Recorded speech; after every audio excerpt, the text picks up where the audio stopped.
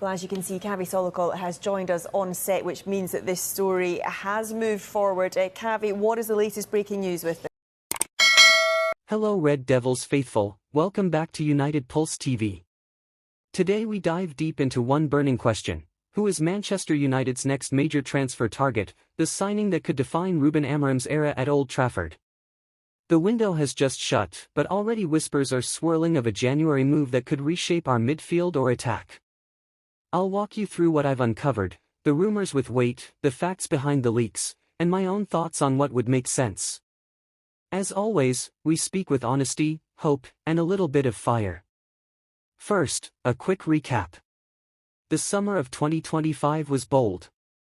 United brought in Matheus Cunha, Brian Mbeumo, Benjamin Sesko, Diego Leon, Enzo Konabayek and Sen Lamens, a raft of fresh faces. But strength up front doesn't fix everything. We still have questions in midfield balance and defensive reinforcement. Even Amorim himself admitted the club lacks a clear number one between the sticks, making the goalkeeping position a priority. On top of that, there's a name that refuses to go away, Carlos Baleba.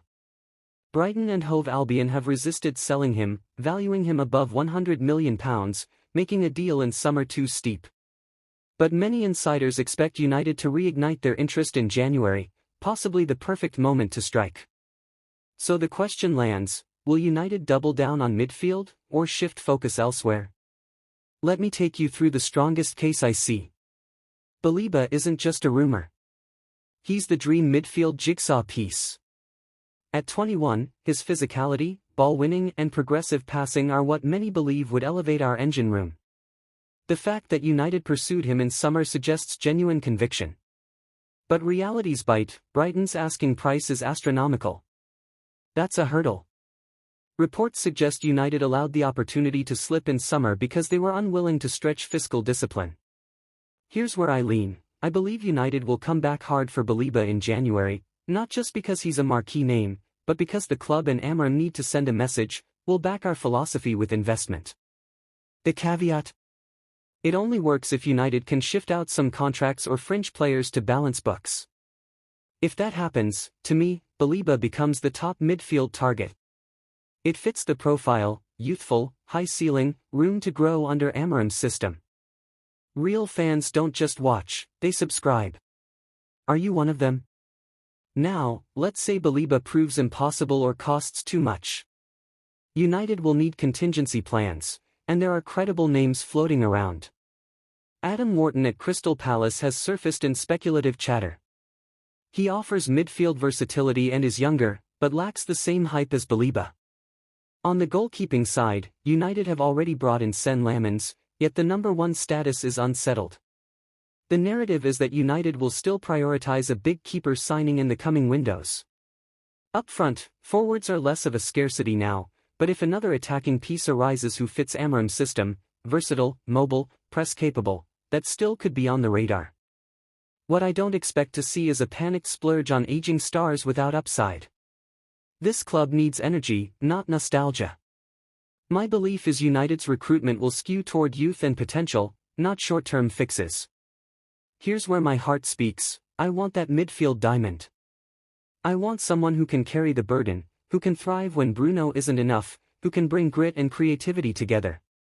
Baleba's name tugs at that possibility. But I also see realism: if the money doesn't pan out, we pivot. Honest deal, honest squad management. If I were advising the club, my approach would be: push hard for Baleba, make the offer early in January, show Brighton we mean business. Be ready with alternatives, avoid getting stuck if negotiations fall apart. Don't compromise on age and profile, don't bring in someone just because he's available if he won't grow. Use outgoings wisely, freeing wages and moving surplus squad names is essential. Add leadership in defense or keeper, the spine of the team needs reinforcement. If those align, the January window could define Amorim's project. That's why I'm watching Baleba like a hawk. He's the canary in the coal mine of United's transfer strategy. Alright, my fellow Red Devils, here's the bottom line. The summer got us some pieces, but it didn't close all the gaps. The whispers of Baleba returning in January carry real weight in my view. It's not fan fantasy, it's a strategic target. But it's also likely we'll see backup options or alternative targets if that fails. I believe in this project under Ruben Amorim. I believe he deserves a few shrewd additions now so that we can build momentum. And I believe we, the fans, deserve transparency and signs of intent. What do you think? Do you back Baleba or want someone else? Drop your thoughts in the comments.